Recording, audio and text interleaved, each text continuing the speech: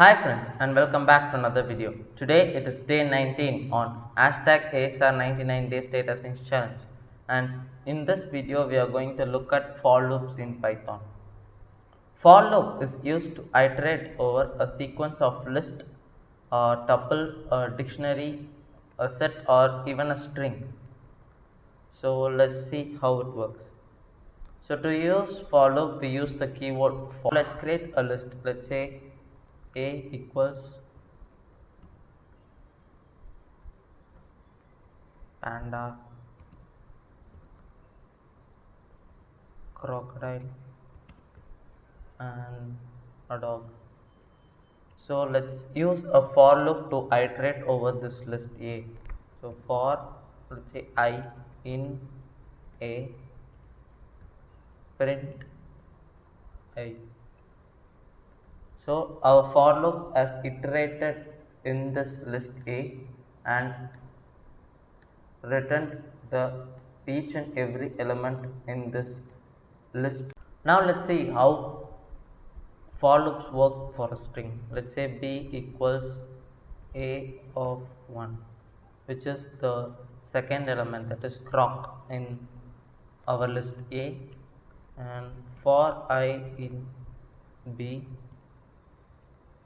print I. Now it will print c or o c separately as it is iterated through our string croc.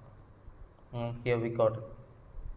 Now let's try to use break statement in for loop.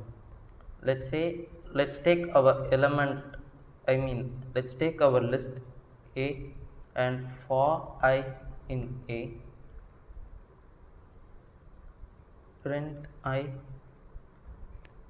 and if I equals croc, then break the statement.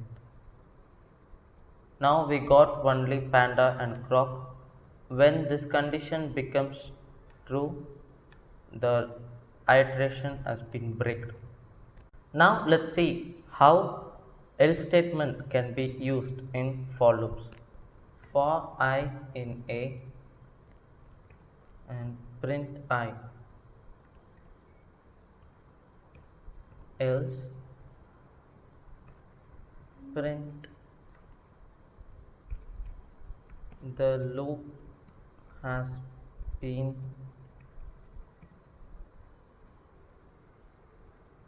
iterated fully. Now it will print all the elements in our list A, and also when this conditions become false, it will also print this else statement. And here we got it.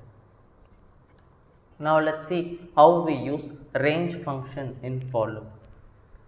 So for I in range, now let me pass a value, let's say 5. Now I will print the value I, print I, and I will get the values from 0 to 4. This works in the way like when we like a open interval. So it by default it starts from 0, and it will be an open interval with the value you pass. Now let's say you want a range of value from a particular starting point and to a particular ending point. Then for I in range, let's say you want your number to start from 10 and go on till 100. Now print I, and here we got it. Sorry, you want to go until 100, so you should mention 101. For I in range of, your starting value must be 2 because 0 is not an even number. Then your stop value must be 21 and your step value must be 2. Now print I, and we got all the even numbers from 0 to 20. And now let me create another list. Let's say color equals list of colors: red, yellow, and blue.